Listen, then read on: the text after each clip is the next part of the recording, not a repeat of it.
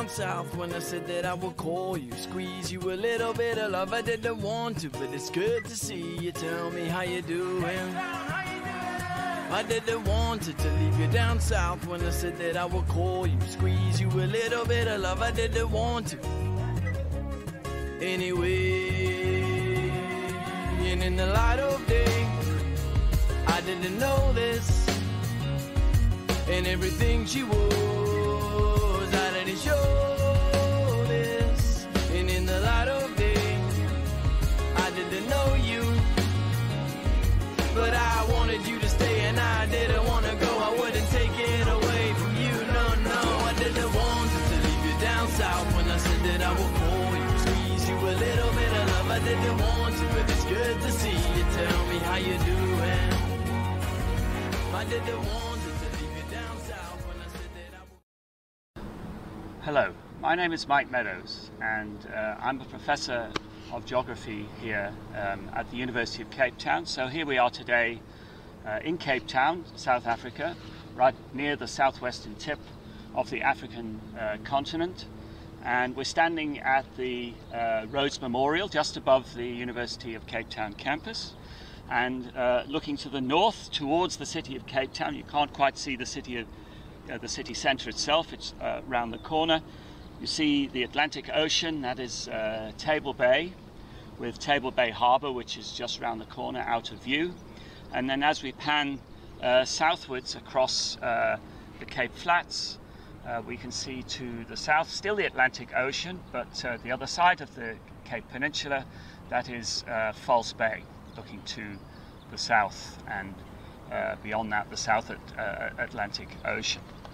So what I'd like to do in this brief talk is I guess to speak about some of my favorite things in geography, which geography to me is about, clearly it's about the landscape, and it's about spatial relationships and connections within the landscape. In particular, we have a fantastic example here, sitting or standing above this view, of enabling us to reveal those connections between the elements of geology, if you like, the sort of underlying substrate of the landscape, the geomorphology, the shapes of the landforms on that geological substrate, the soils that are, if you like, draped across those geomorphological landform features, and the way in which humans have interacted with that, particularly in the sense of land use. And so we need a little bit of a geology lesson to start with, and we have quite simply four basic geological substrates in this part of the world. And starting with the oldest, we can kind of think of the geological system as a sort of layer cake.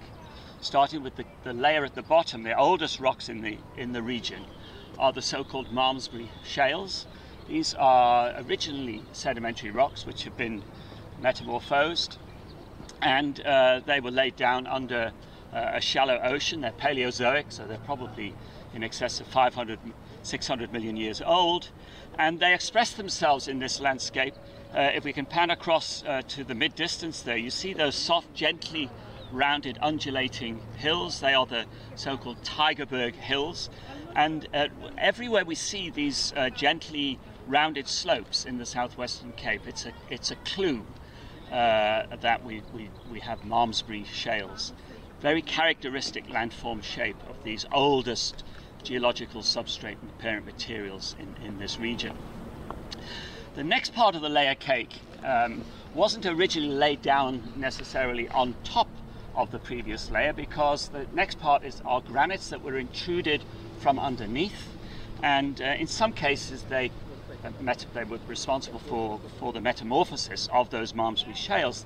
If you like, they cooked some of the shales and heated them up in the pressure, which changed the characteristics, and actually meant that some of these gently rounded hills have got granite cores underneath them.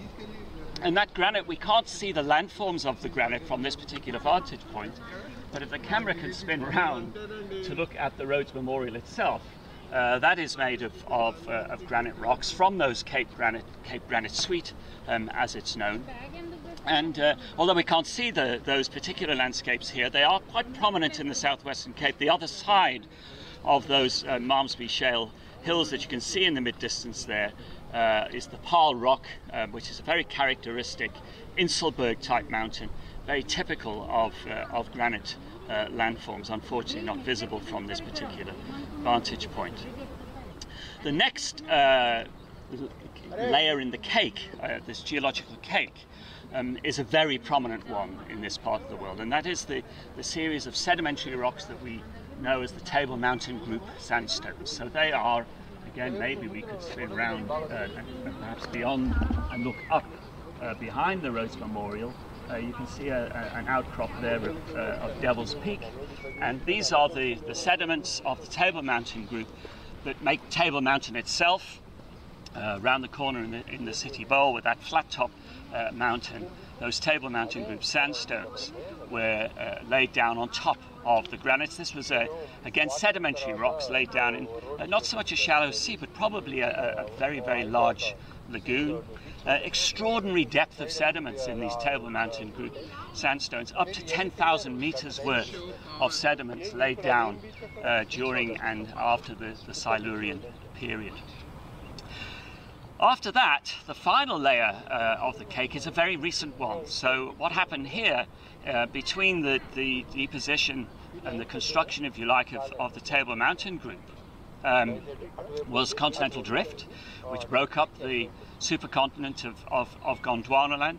So erosion was the most prominent process over the next few 100 million years, until we get to about the last 2 to 3 million years, when the rather unconsolidated sediments that underlie the Cape Flats that you can see here in the foreground, and they are really geologically very recent sediments which extend all the way across the Cape Flats from Table Bay in the north through to False Bay in the south. Okay, so that's the geological, the basic skeleton, if you like, of this landscape. How does that express itself geomorphologically? Well, we've already spoken about how the Malmesbury shales, cooked from underneath by those intrusive granites, have this very gently rounded topography. The Table Mountain Group sandstones, on the other hand, extremely hard rock. Very, very difficult to weather, extremely resistant to erosion, and they form these incredibly rugged, upstanding parts of the mountains. So in the far distance, on the other side of the Cape Flats, we can see the so-called Hottentots Holland Mountains. You can see those jagged edges of the rugged topography. Behind us is Table Mountain with these hard edges, incredibly resistant bedrock, and forming these upstanding rugged features of the topography. Very much in contrast to the low-lying, subdued nature of the Cape Flats, with the superficial, rather unconsolidated sands that they are associated with. As far as the soils are concerned, that's the next, if you like, the next element of this series of connections. On the Malmesbury soils are really quite rich in nutrients. They were formed out of, as we know, fine sandstones and shales and mudstones, which have quite a lot of nutrients in them. So rather rich soils, and very, very much suitable for agriculture. And I'll come back to that point in a moment. The Table Mountain Group sandstones, on the other hand, because of the incredible resistance of those rocks to erosion and weathering, form hardly any soils at all, and those soils are usually very sandy, as one can imagine, quartzitic, and very, very low in nutrients. So very different soil characteristics with really no fertility at all. And then on the sands, it rather depends where you are, in particular on those Cape Flats, where you're sort of powered up against the uplying mountains to the east and west of False Bay, over in the far distance there, and on this side, on the Cape Peninsula Mountains, the soils tend to be quite acidic and sandy. In the central parts, and particularly near the coast of both Table Bay and False Bay, the soils again are sandy, but in that case they're quite calcareous and enriched, if you like, by the remains of marine organisms, shells, and so on from the marine influence. So very different kinds of soil conditions relating to those different geological substrates. And then in terms of natural vegetation, that also has a connection with both the geology and the soils. On the Malmesbury, the natural vegetation is something that we call renosterfelt. It's dominated by a single species of shrub called renosterbos, which hence the name renosterfelt. On the Table Mountain Group sandstones, we have the classic landscape on which the incredibly diverse mountain fynbos is very characteristic of those Table Mountain Group sandstones. Extraordinary in a way if you think that this incredibly rich, biodiverse set of plant communities is associated with such rugged topography, shallow and nutrient-poor soils. And on the sands of the Cape Flats, very much depends whether or not you're on these acidic sands up against the fringes of the mountain, or whether you're in the core area where it's calcareous, and very different vegetation communities associated with that. If you're on the acid side of the Cape Flats, then we have something called acid sandplain fynbos, another very important element of the fynbos, but really very different in species composition from the fynbos of the mountains. And on the calcareous soils, these coastal dunes, for example, and False Bay Coast, they're associated with strandfelt, with a kind of dune fynbos. Now, how do humans interact with all of these connections? Well, to some extent we can see that. Right in front of us, of course, these low-lying areas of the Cape Flats are almost entirely occupied by one or other form of development.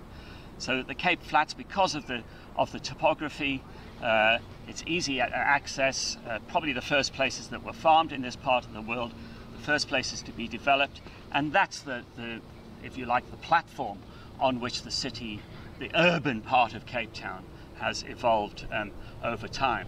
On the rugged topography, of course, of the Table Mountain Group, because of those steep slopes and the very, very shallow soils, not so suitable for agriculture, and certainly not suitable, fortunately, for urban development, because that has meant the fact that they haven't been urbanized, that this incredibly diverse set of plant communities that we know and love as mountain fynbos has largely survived through to the present day, and so is conserved almost by an accident of the fact that this sort of topography is not suitable for urban development. And we also have some interesting features on the Cape Flats where it has been very, very substantially developed because of that topography. There are just one or two very small patches of the acid sandplain fynbos that have survived the development. One of them is right in front of us here. It's known as Rondebosch Common, and that is one of the only two small patches of so-called acid sandplain fynbos which survive to this day. Everything else has really been impacted by this process of urbanization. Just to make a point about the scale of human impact in this region, it's not only urbanization. Of course, Cape Town is a thriving city of some 4 million people or so, and it's developed very rapidly, particularly within the last few decades. But agriculture has been the staple, if you like, for the economy in this part of the world for a long time.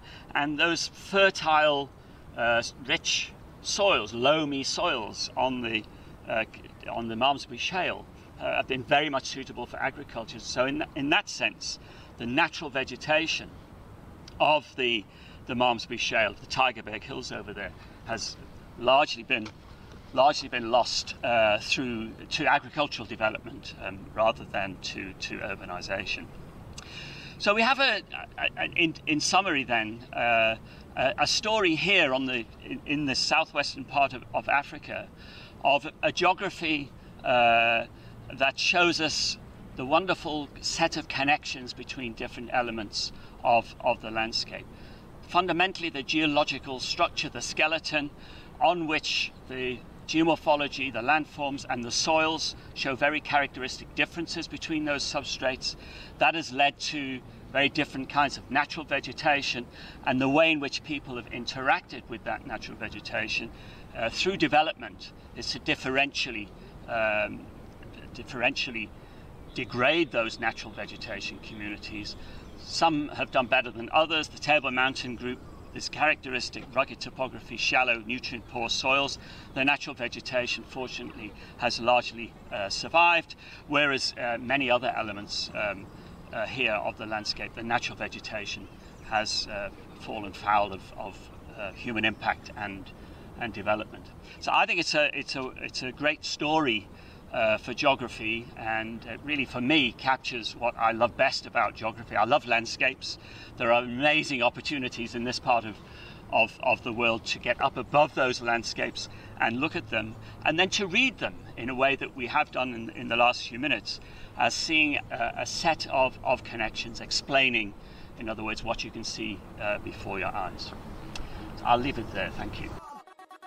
I couldn't see in the light of day everything we dreamed. I didn't know this. It's how you react. It's a kill and everything she was.